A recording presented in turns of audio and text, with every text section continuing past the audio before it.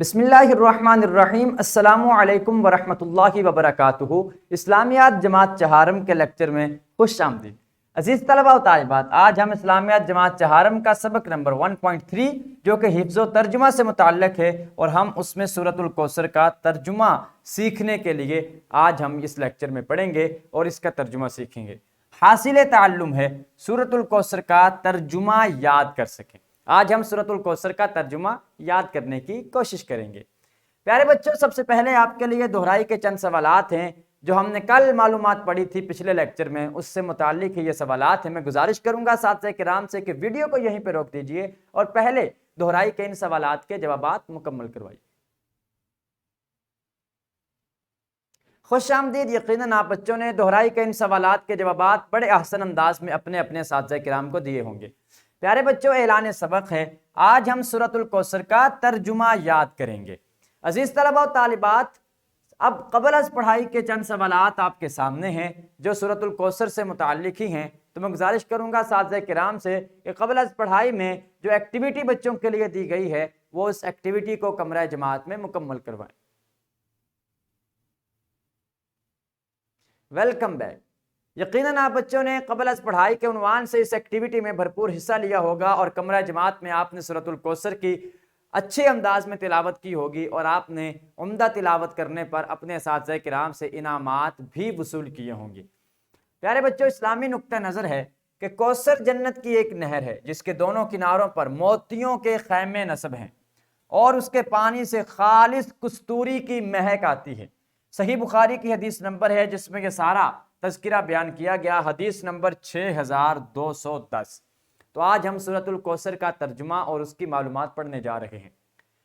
سورۃ الکوثر، اس سورت کی پہلی آیت میں کوثر کا ذکر آیا ہے۔ آپ دیکھ سکتے ہیں انا اعطیناک الکوثر، اسی وجہ سے اس کا نام سورۃ الکوثر ہے۔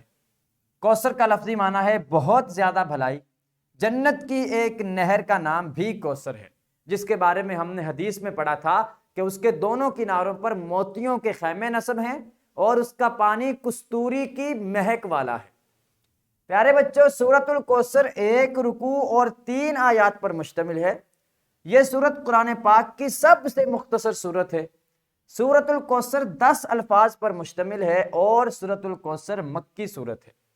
اس سورت میں اللہ تعالیٰ نے بتایا ہے کہ آپ صلی اللہ علیہ وآلہ آلہ وصحبہ وسلم کی مخالفت کرنے والے خود ختم ہو جائیں گے، لیکن آپ کا نام ہمیشہ بلند رہے گا اور روز اس میں اضافہ ہی ہوتا چلا جائے گا۔ تو یہ وہ معلومات ہیں جو سورۃ الکوثر کے بارے میں آپ کے ساتھ ڈسکس کی گئی ہیں۔ اب ہم سورۃ الکوثر کی تلاوت کریں گے اور پھر اس کا ترجمہ پڑھیں گے۔ بسم اللہ الرحمن الرحیم۔ اِنَّا أَعْطَيْنَاكَ الْكَوْثَرَ۔ اس کا ترجمہ ہے، اے محمد رسول اللہ خاتم النبیین صلی اللہ علیہ وآلہ آلہ وأصحابہ وسلم، بے شک ہم نے آپ کو کوثر عطا فرمائی ہے۔ فَصَلِّ لِرَبِّكَ وَانْحَرْ،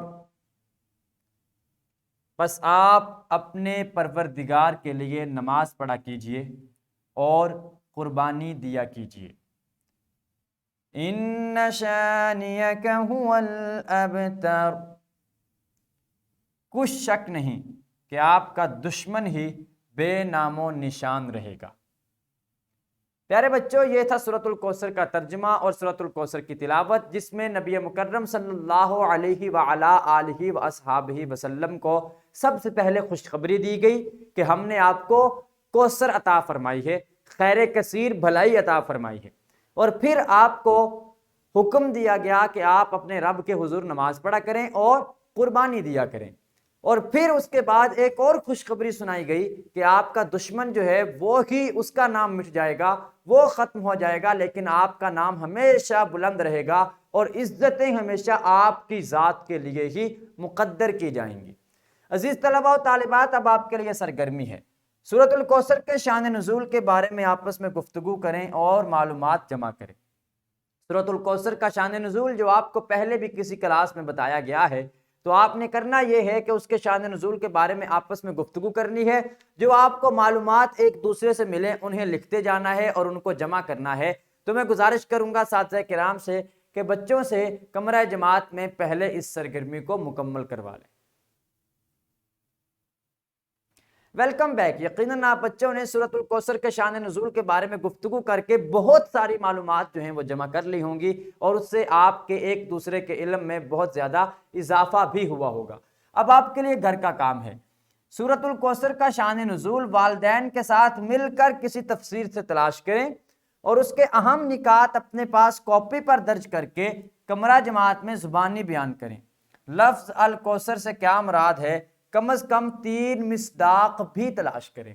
یہ آپ کے لیے گھر کا کام ہے۔ سب سے پہلا کام تو یہ ہے کہ سورۃ الکوثر کا جو شان نزول ہے اسے والدین کے ساتھ مل کر کسی تفسیر کی کتاب سے تلاش کرنا ہے، اور جو اہم نکات پوائنٹس ملیں آپ نے انہیں اپنی کاپی میں تحریر کرتے رہنا ہے، اور پھر ان نکات کو کمرہ جماعت میں جا کر زبانی سنانا ہے۔ اور دوسرا کام یہ ہے کہ الکوثر کے بے شمار معنی بیان کیے گئے ہیں، بہت سے معنی ہیں الکوثر کے۔ کسی نے اس سے کہا کہ یہ امت کی کثرت ہے، کسی نے کہا کہ یہ نہر کوثر مراد ہے، کسی نے کچھ بیان کیا۔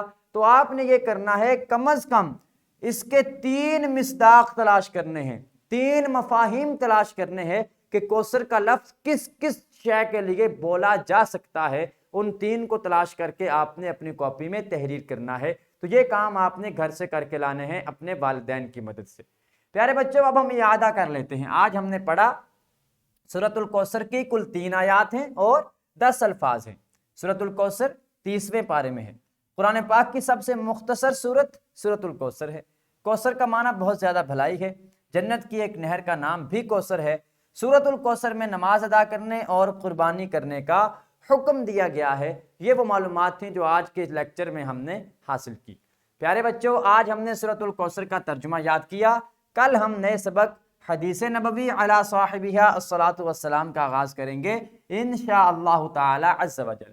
اس ویڈیو لیکچر کی ڈسکرپشن میں آپ دیکھ سکتے ہیں لیکچر کی پی پی ٹی، حاصلات تعلم کے مطابق لیسن پلان اور ورک شیٹ۔ ان تینوں چیزوں کو ڈاؤن لوڈ کریں گے اور ان کی رہنمائی میں اور ہمارے اس ویڈیو لیکچر کی رہنمائی میں آپ اپنے سبق کو بہت عمدہ طریقے سے تیار کر سکیں گے۔ عزیز طلباء و طالبات، اس کے ساتھ ہی ہمارے آج کے لیکچر کا دورانیہ مکمل ہوا۔ انشاءاللہ العزیز کل نئے سبق کے ساتھ ایک حدیث پاک کو سیکھنے کے لیے حاضر ہوں گے۔ تب تک کے لیے اجازت دیجیے۔ اللہ کریم ہم سب کا حامی و ناصر ہو۔ السلام علیکم ورحمۃ اللہ وبرکاتہ۔